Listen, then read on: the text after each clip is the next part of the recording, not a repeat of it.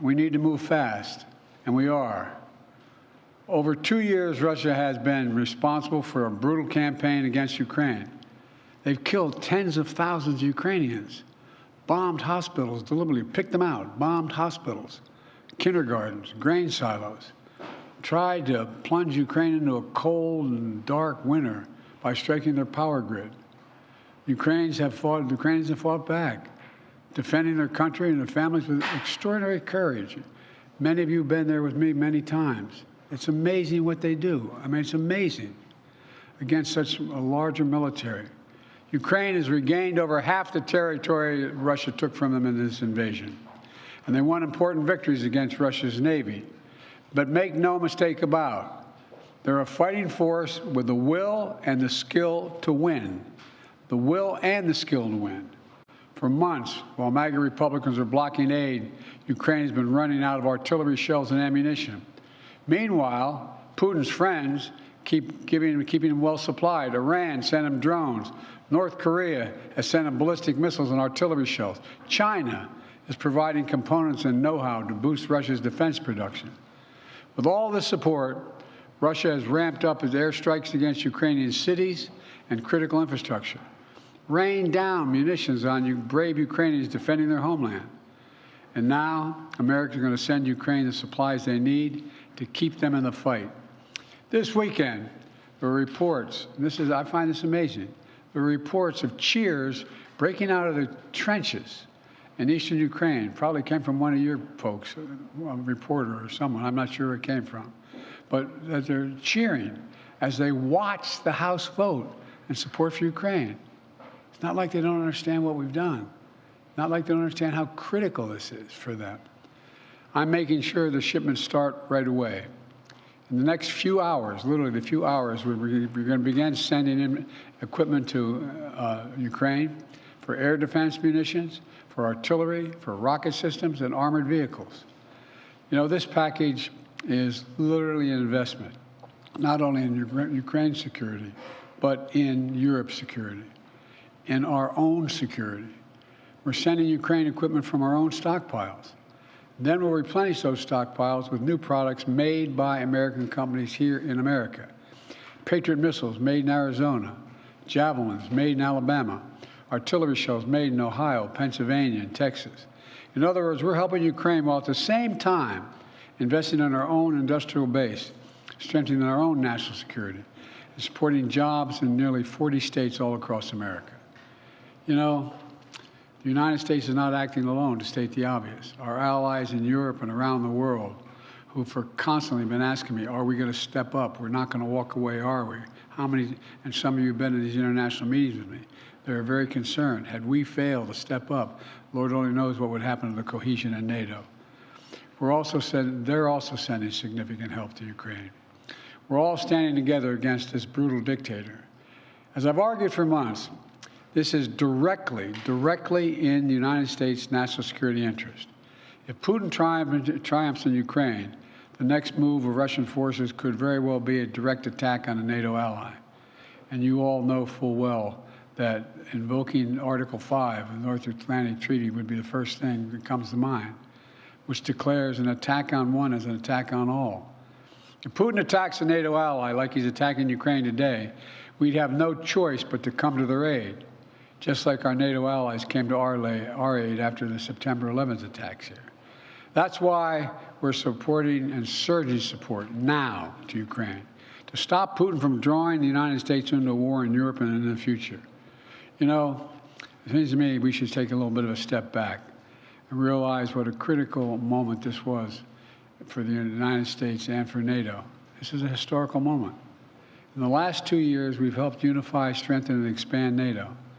Imagine if instead we had failed to step up now and support Ukraine. All those gains would have begun to unravel. The cohesion of NATO would have been weakened, and our national security would have been undermined without any question. You know, Putin started this war believing he could easily break the will of the people of Ukraine. When that failed, he changed his strategy a little bit, thinking we could break the will of NATO, break the will of the United States, break our will. Well, he's failed again. America stands with our friends.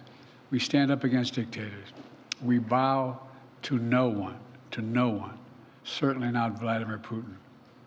Look, this bill also includes vital support for Israel. Just 10 days ago, we saw Iran launch over 100 missiles and drones at Israel. And because of them and other allies across the world, including from the region, no serious damage occurred.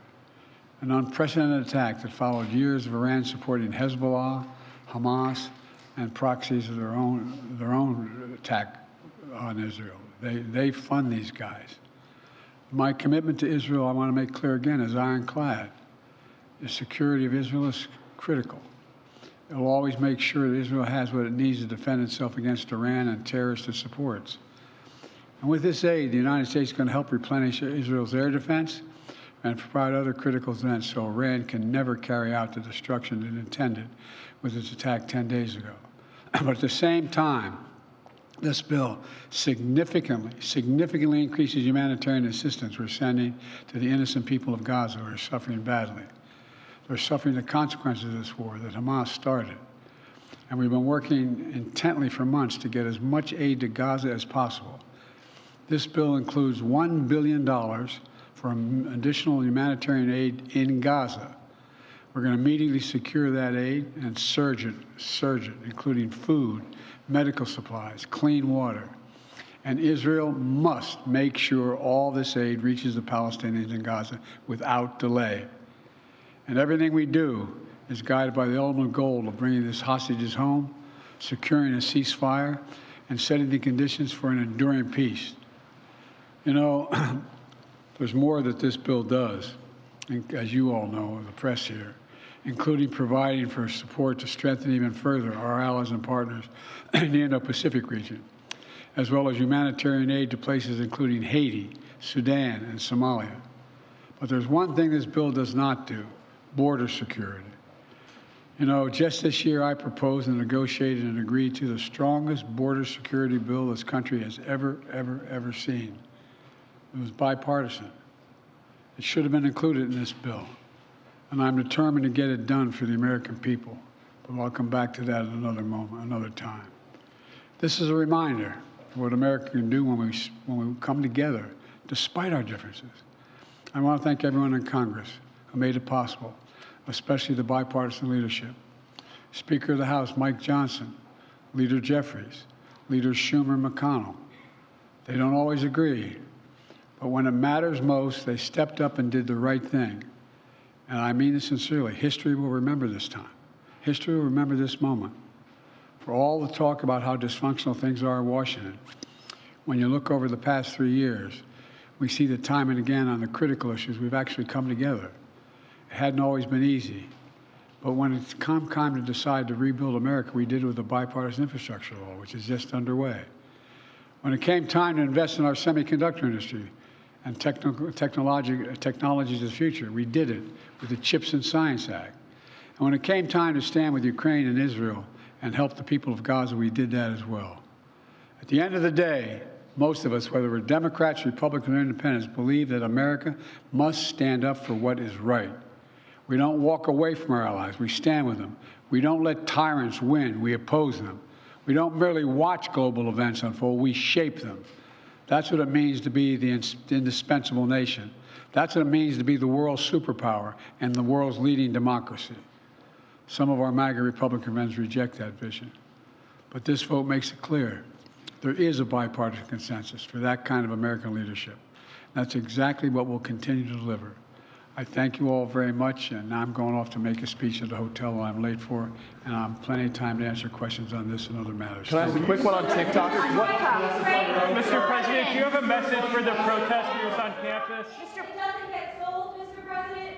Would you hand Mr. Pop?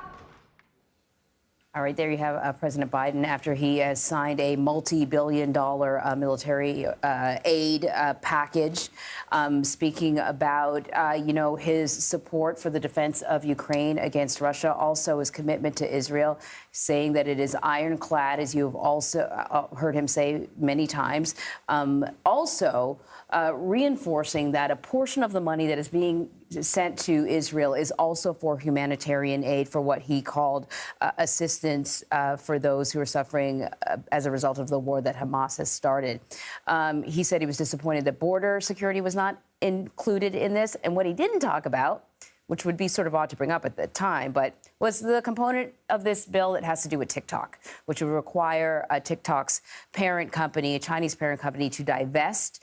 It's going to have about a year to do that. Right. If not, it'll be banned. You can expect some legal challenges, though, before that happens. So we'll see if that part sticks. So let's get to CBS News Chief White House correspondent Nancy Cordes, who's joining us now from Washington. Also, Nancy, one thing I was surprised, the president, once again, not really taking questions from member of the press corps, saying that he'll answer questions at a later date. But why not now?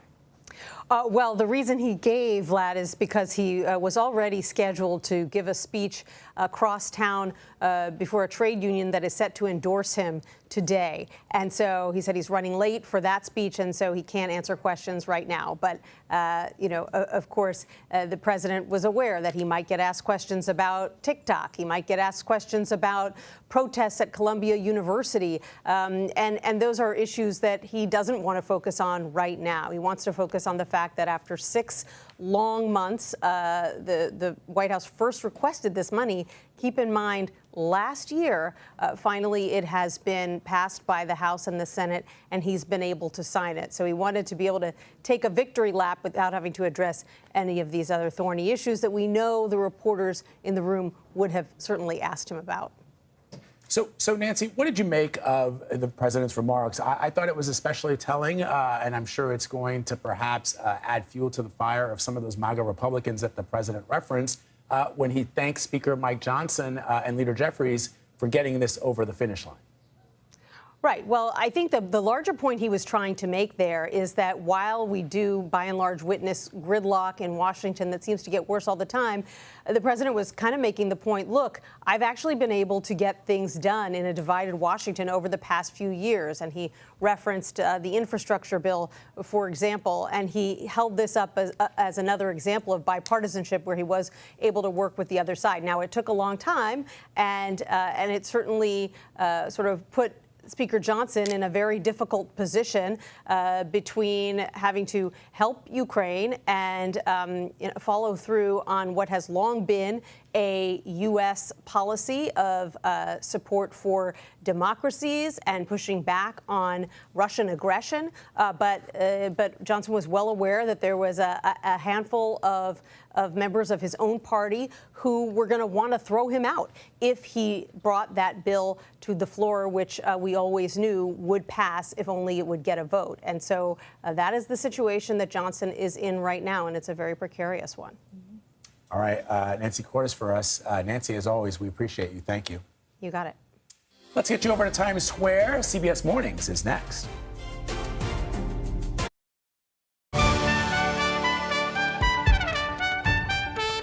I hear trumpets as we welcome you to CBS Mornings, and hello to you, our viewers on the West Coast. We see you. I'm Gail Kay. I'm Tony DeCopel. And I'm Natalie Morales. Kate is off. Natalie's here. So let's go to today's eye opener. It's your world in 90 seconds. More demonstrations over Israel's war in Gaza. What protesters at Columbia say they